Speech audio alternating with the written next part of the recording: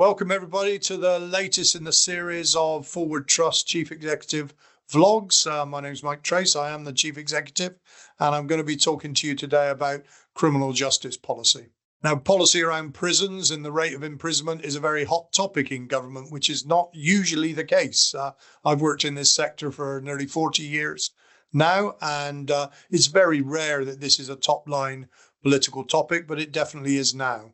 I'm going to focus in this vlog on prison population, all of the issues around sentencing and the pressures on prison numbers. But we will be doing this as a sort of game of two halves. The next vlog I do will look a bit more at about conditions in prison, what we can do to make prison a better and more rehabilitative space. That'll come in the next vlog, but this one is about sentencing and prison numbers. Now, I think we need to start with the legacy. This has been going on for a long time. You know, if you watch criminal justice policy at all, that the dilemma facing the recent governments has been overpopulation, overcrowding in prisons, and a crisis where it looked like we were going to, for the first time, not have enough prison places to send people ordered there by the courts.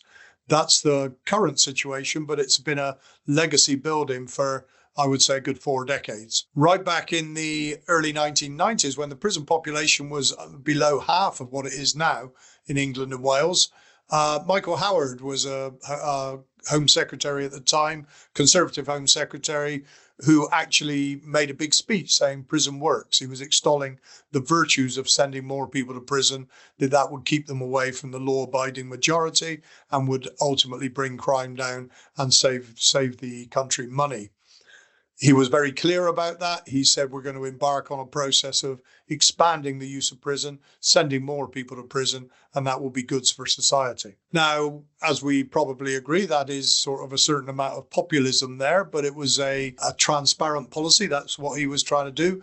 And he was a cheerleader for saying the more people in prison, the more crime will go down. Now, probably more surprisingly is that general attitude, that general policy was pursued by successive governments after Michael Howard's period.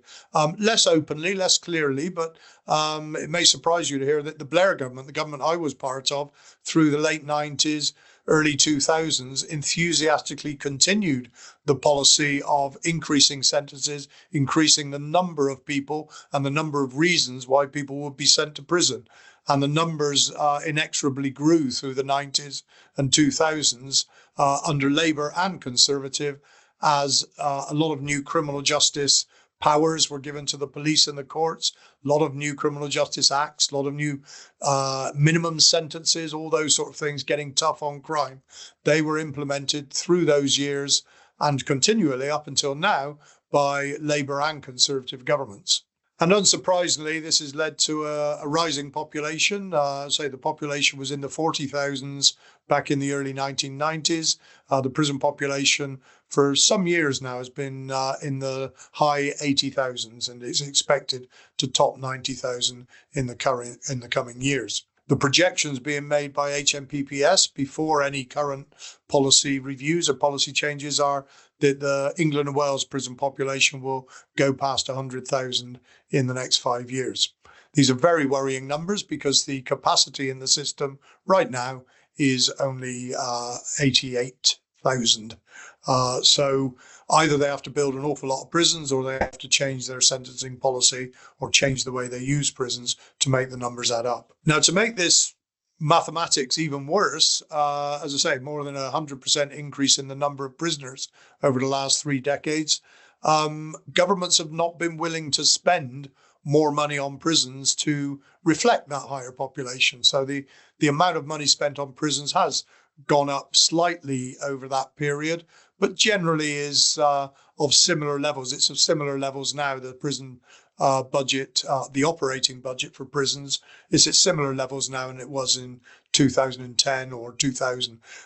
So the actual budgets to run a prison system have not really gone up at the same time as the population has doubled. And particularly, as you can imagine, during the austerity years, the first 5 years of the 2010s, the Ministry of Justice prison budget was reduced quite significantly, and that was disastrous.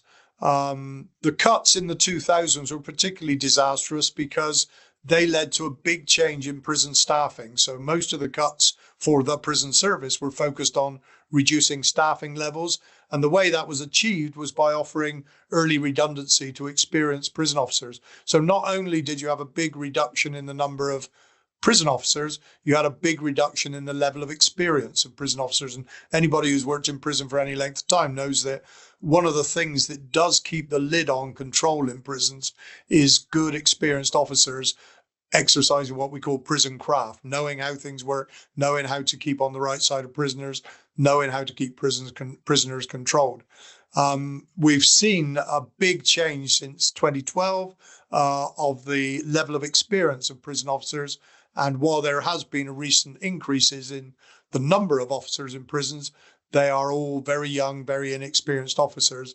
And that period of austerity, that last 10 years, has seen a big change in the power balance within prisons between the officers keeping control or the prisoners themselves having more influence. And particularly organised crime and gangs on prison wings have had a very good decade. They've been able to assume more power, more control over what happens on prison wings. And that's not often talked about in the policy debates, but I think it's probably the single most impactive factor of why prisons are in such a sorry state at the moment. So I refer to this as somebody who's worked in prisons all through this period. I refer to this as the decade of decline, the 2010s.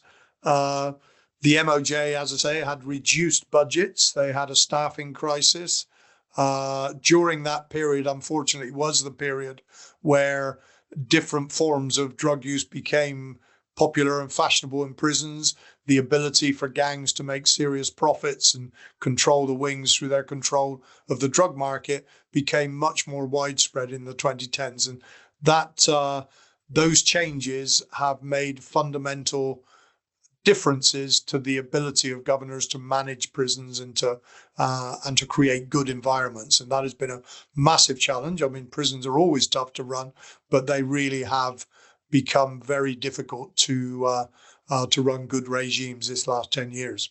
Ironically, during the same period, there's been a lot of money allocated to prison building. Now, you can understand why that has been done by successive governments, because they've looked at the projections of prison numbers and know they have to increase the size of the estate and they have to modernize the estate. You know, a lot of the prisons, certainly going back 10, 20 years, a lot of the prisons were Victorian, crumbling, very hard to maintain buildings. So there's been a prison building program, and generally the expansion of the prison capacity has been on the back of putting out to tender private contracts to build and run prisons. And that costs billions. And while the operation of running prisons has been starved of resources, there's been an awful lot of taxpayers' money going into the building of new prisons. But even that level of investment, and we're talking at the moment an allocation under the current spending review of 10 billion, even with that level of investment, the number of new prison places is barely scratching the surface on the level of demand. So if you look at the projections being made by HMPPS of the number of prison places what we needed in the coming years, the current building program and the current commitment to new prisons is not going to keep up with the increasing demand. And that's what's frightening ministers so much. After many years of hoping this problem would go away, successive governments have realised that this responsibility is unavoidable. The Conservative government under Rishi Sunak, received various reports from MOJ and its own consultants saying that they would run out of places. They did for a while try to suppress those reports, try to pretend it wasn't going to happen, tried to get to the election before the proverbial hit the fan. Alex Chalk, I would say a reasonably decent Justice Minister, was giving warnings to Number 10 saying that there needed to be emergency action taken to stop the prison population bubbling over. But very little was done before the July 24 election. So Labour came in the 2024 election with a very big, very immediate problem on its hands. And I've got to say, the reaction was surprisingly good. I think I've spoken before that Keir Starmer, in his acceptance speech, behind the lectern in number 10 Downing Street, as far as I can remember, is the first Prime Minister that talked at all about prison policy and the need to resolve prison problems. He did it in his arrival speech in number 10, and he appointed James Timpson as the prisons minister, which was a very brave and significant move to show that Labour had a real wish to grip this problem and do something about it after many previous governments had looked the other way. And the messaging that has come out from Minister of Justice, from Shabana Mahmood, James Timpson, has been, from our perspective, very positive. They've shown their determination to not hide away from this crisis, to grip it, to do something meaningful to change the way prison numbers have inexorably gone up, and to also change the way in which the criminal justice system works. And one of the most significant things they've done is to appoint David Gauke, a Conservative former minister, to conduct a review into sentencing policy and particularly the use of prison. Now, just a few weeks ago, the Gauke Review produced its first stage report, which is basically it saying what its analysis of the problem is. The second stage report is obviously the one we're most waiting for, is what are they going to do about it. But the first stage was a very good, lawyerly, sensible analysis of how we've come to this point and what the level of the problems caused are by us having such a high prison population. And I was personally even more pleasantly surprised, and I've said this in media and in blogs, that the analysis of the first Gauke report is unflinching in saying successive governments have led us to this crisis by announcing tough on crime measures, announcing minimum sentences, tougher penalties, playing to the public gallery, and, for understandable reasons, playing to the public gallery. But this has led to a massive operational problem in our criminal justice system. Gauke's first report was very brave to say that, because I know of many ministers, many politicians who've been absolutely clear that that is what's happening, but have not been willing to say it in public. So it's really refreshing to see Gauke and his colleagues being very clear about what this problem is. And cards on the table at this point, if you haven't noticed already, my position, as I say, I've worked in this area of policy, this area of delivery for 40 years, is that the rising prison population in the UK has been a massive social policy mistake. We do not need 100,000 people in prison. We have, within that 100,000, we have many people who, in my view, who it's quite right that the public needs to be protected from, and they deserve to be in prison for a long time.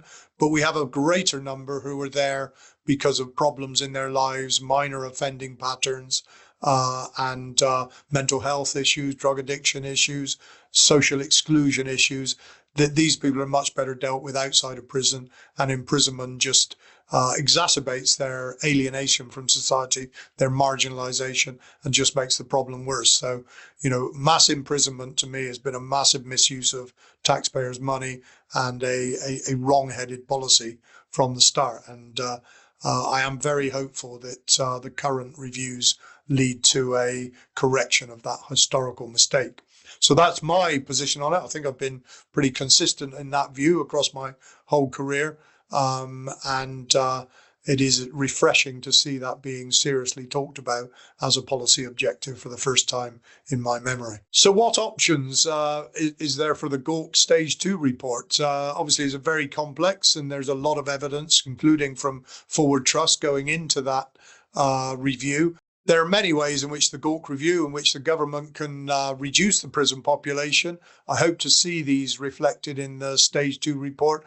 I'll list a few here, but obviously they would need further and closer examination than on just my blog. First of all, government can reduce the number of people on remands. The remands are rising to almost 20% of the prison population now, and that's because of delays in court processes. And there is a separate review going on into speeding up the court process, which will have great benefits for everybody involved. But one of the benefits out of it is it reduces the remand prison population. So that is somewhere where I hope they're brave to be speeding up the processes in magistrates and Crown courts. so that we don't have so many people in prison awaiting the outcome of their court case. Secondly, and I think the biggest one, and clearly Gork has reflected this, is changing sentencing policy and reducing the severity of sentencing. The sentencing inflation has been inexorably going up for decades, partly because of lots of criminal justice acts passed by governments to look tough, responding to public pressures and quite often, but also in terms of the behaviour of judges. So people have generally been sentenced to longer period in prisons for the same offences than they had been maybe 10, 20 years ago.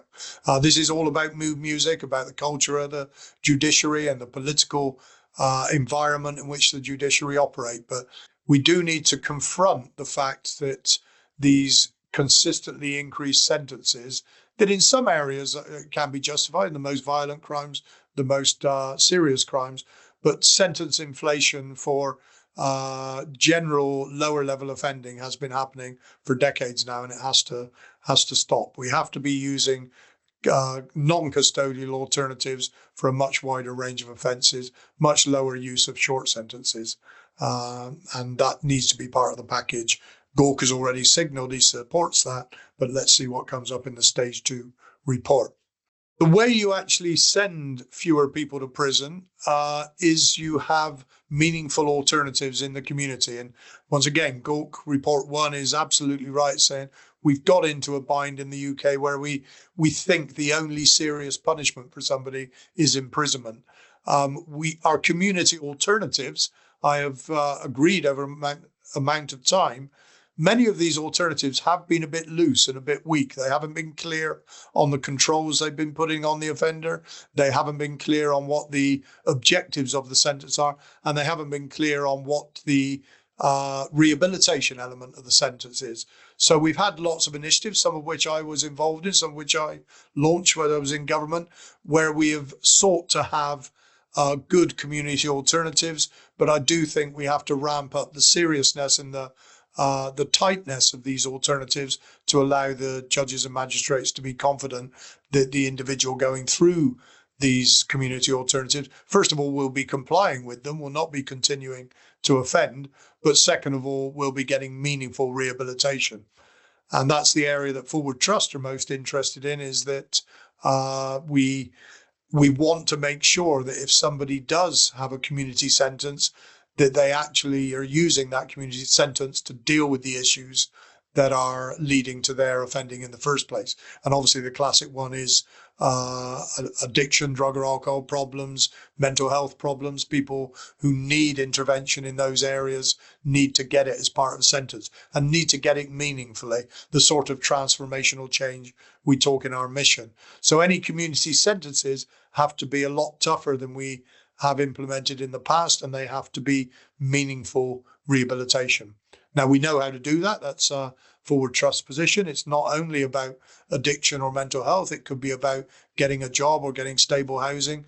But whatever it is, the sentence has to meaningfully change the individual's lives and their attitude to offending. There are good examples of this type of diversion around the world, either pre-sentence diversion, through court processes, or post-sentence early release schemes that facilitate and incentivize prisoners to say, well, I'll get out of prison earlier if I commit to this program of rehabilitation or whatever change process is seen as appropriate for the individual. Ironically, this is how I started in the field in the 80s, something called the parole release scheme. We used to work around London prisons, go to London prisons, say, if you got a drug problem and you're willing to come to this rehab program we had in London at the time, you would be put forward to the parole board, as it was then, and you could be released early in order to attend the rehabilitation program. Now, David Gork and James Timpson are looking at much bigger examples of that model in Spain and in US and in Scandinavia at the moment.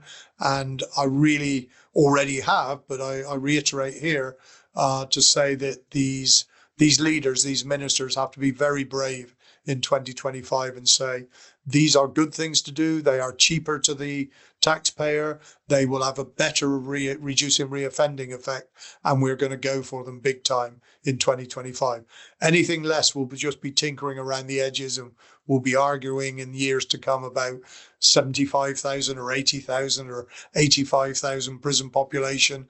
I really hope the current leaders have the bravery to talk about, let's get back to those 40, 50,000, to a manageable system where we can run a prison system that really works well and is controlled and promotes rehabilitation. You're never going to be able to do that with prison population of 80,000. Now, I would guess most people in Forward Trust, most people looking at this vlog would agree that large-scale change in prison sentencing policy would be a good thing.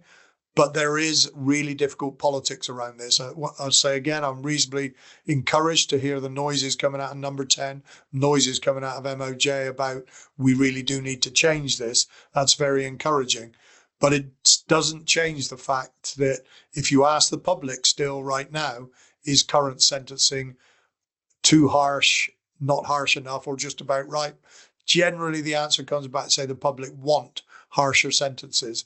It's going to take a brave administration, brave politicians to say to the public, actually, the facts are not in alignment with what you currently think. They need to educate the public that it's not a good thing for victims that we keep sending in 80,000 people at any one time in prison. It actually makes it impossible to get the rehabilitation and reducing reoffending we want.